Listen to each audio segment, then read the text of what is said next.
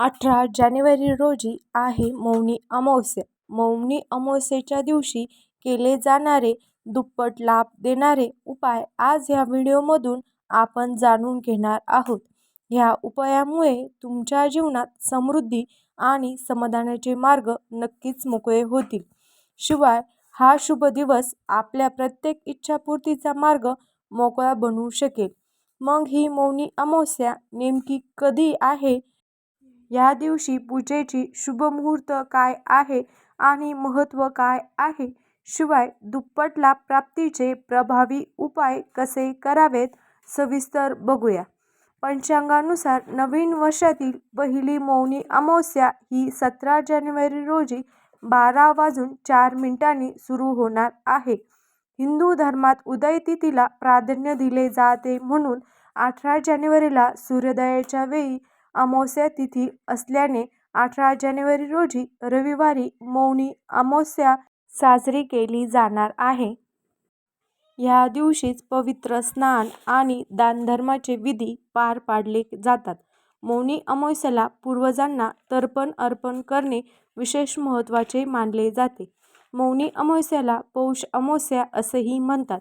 धार्मिक श्रद्धेनुसार या दिवशी पूर्वजांची पूजा आणि तर्पण अर्पण केल्याने त्यांना प्रसन्नता मिळते, त्यांचे मुलांना आशीर्वाद मिळतो, ज्यामुळे जीवनात सुख आणि समृद्धी येते. शास्त्रामध्ये असं म्हटलं जातं की मौनी अमावस्येला तर्पण अर्पण केल्याने अनेक फायदे होतात. 2026 मध्ये मौनी अमावस्या रविवारी 18 जानेवारी रोजी साजरी केली जाणार आहे. यावेळी मौनी अमावस्येला 18 जानेवारी रोजी सूर्य आणि चंद्राचा एक दुर्मिळ संयोग मकर राशीत निर्माण होत आहे, ज्यामुळे शनीची राशी असलेल्या त्रिग्रही योगाची निर्मिती होत आहे आणि यामुळे एक अत्यंत शुभयोग निर्माण होतोय. या दिवशी सूर्य आणि चंद्राचा संयोग खूप फायदेशीर मानला जातोय. या दिवशी सर्वार्थ सिद्धी योग देखील तयार होत आहे. पंचांगानुसार पौष महिन्यातील कृष्ण पक्षातील अमावस्या तिथी 17 जानेवारीच्या रात्री 12:04 सुरू होत आहे आणि दुसऱ्या दिवशी 18 जानेवारीला रात्री 1:22 संपणार आहे. उदय तिथीनुसार मौनी अमावस्या 18 जानेवारी रविवारी रोजी साजरी केली जाणार आहे. आता मौनी अमावस्येच्या दिवशी ब्रह्ममुहूर्तापासून ते सूर्योदयापर्यंत काळ हा स्नान करण्यासाठी सर्वोत्तम मानला जातो. त्यामुळे पहाटे 4:43 पासून ते पहाटे 5:23 काळ शुभ राहील. या काळात पवित्र नदीत स्नान करण्याची परंपरा आहे. जर नदीत स्नान करणे शक्य नसेल तर घरीच पाण्यात गंगाजल मिसळून आंघोळ करावी, हे देखील पुण्यदायक मानलं गेलंय.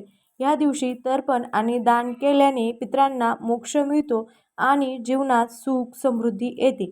धार्मिक मान्यतेनुसार या दिवशी गंगेचे पाणी अमृत मानले जाते. शिवाय मौनी अमावस्येला गंगा स्नान केल्याने सर्व पापांचा नाश होऊन मोक्षप्राप्ती होते. या दिवशी अनेक जण मौन व्रत सुद्धा पाळतात. शिवाय ह्या दिवशीपासून कुंभस्नान सुद्धा केलं जातं.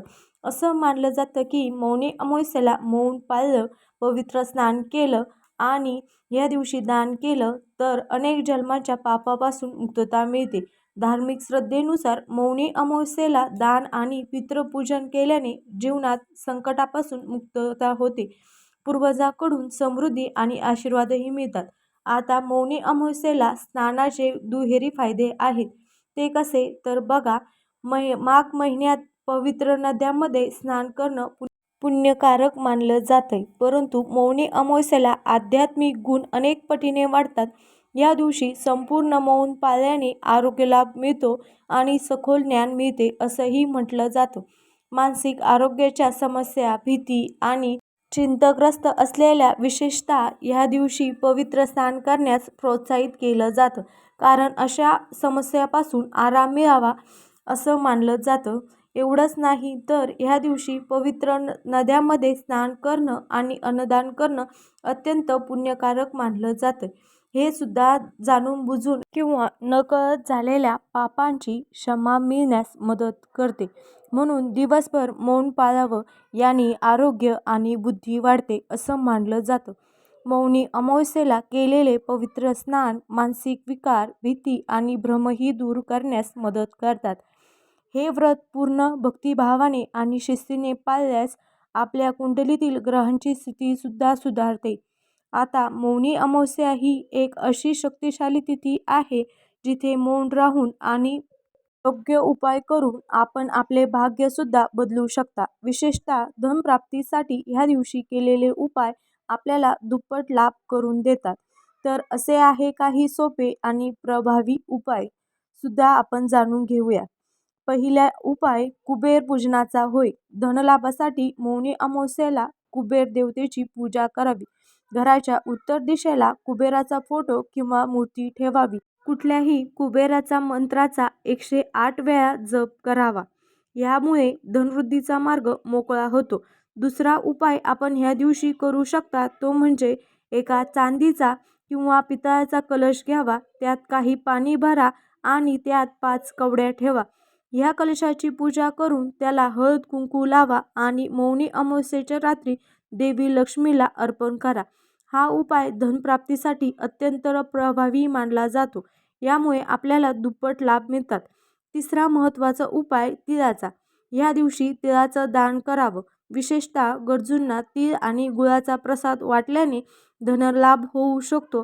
तसेच तिळासह लक्ष्मीच्या मूर्तीसमोर गुळ आणि तांदळाचा नैवेद्य ठेवावा. यामुळे घरात पैशाचा ओघ दुप्पट पटीने वाढतो असे बऱ्याच जणांचे अनुभव आहे. शिवाय चौथा उपाय श्रीयंत्राची स्थापना. धनलाभासाठी अमावस्येच्या दिवशी आवर्जून श्रीयंत्राची स्थापना करावी.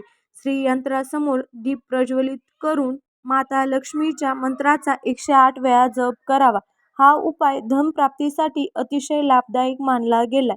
यामुळे सुद्धा घरात दुप्पट पटीने धनवर्षाव होण्यास मदत मिळते. शिवाय आधी सांगितल्याप्रमाणे मौनी अमावस्या ही पवित्र नदीत स्नान करणं, दान करणं आणि मौन व्रताचे विशेष महत्त्व सांगणारी तिथी आहे. ह्या वर्षाच्या मौनी अमावस्येचा शुभ मुहूर्त आधी सांगितल्याप्रमाणे आहे. त्यामुळे आपण ह्या मुहूर्तामध्ये योग्य असे उपाय करू शकता दुप्पट लाभ मिळवून घेण्यासाठी. ह्या दिवशी मौनी साधना, कर्जमुक्तीचे विशेष उपाय आणि धनप्राप्तीसाठी सुद्धा विशेष उपाय केले जातात. एवढंच नाही तर आपण पितृदोष निवारण्यासाठी सुद्धा ह्या दिवशी उपाय करू शकता. ह्या दिवशी मौनी अमावस्येला तीळ, हवन आणि पितरांसाठी पितृदान केल्याने पितृदोष हमखास शांत होतो असं मानलं जाते. यामुळे कुटुंबात आनंद आणि समाधान नांदते. या दिवशी श्राद्ध कर्म करताना गाईला गोड तिळाचा लाडू आवर्जून खायला द्यावा. यामुळे नक्कीच पितृदोष निवारण होण्यास मदत मिळते असं सांगितलं जातं. तर हे दुप्पट लाभ देणारे उपाय जे तुम्ही मौनी अमावस्येच्या दिवशी करू शकता. यापैकी कोणताही एक उपाय करून आपणही याचा दुप्पट लाभ मिळवू शकता. तुम्ही सुद्धा मौनी अमावस्येला या प्रकारचे काही उपाय केले आहेत का? किंवा यावर्षी तुम्ही हे उपाय करणार आहात का? कमेंट करून नक्की सांगा. आणि ह्याआधी केलेल्या उपायांचा तुम्हाला काय लाभ झाला हेही शेअर करायला विसरू नका. अशाच प्रकारे सणावारासंबंधित, व्रतवैकल्यासंबंधित, उपासना असतील, पूजाविधी संबंधित आणखी काही माहिती तुम्हाला हवी असेल तर कमेंट करून नक्कीच सांगा. आणि अशाच माहितीपूर्ण व्हिडिओसाठी आपल्या चॅनलला सबस्क्राईब करून घ्या. धन्यवाद.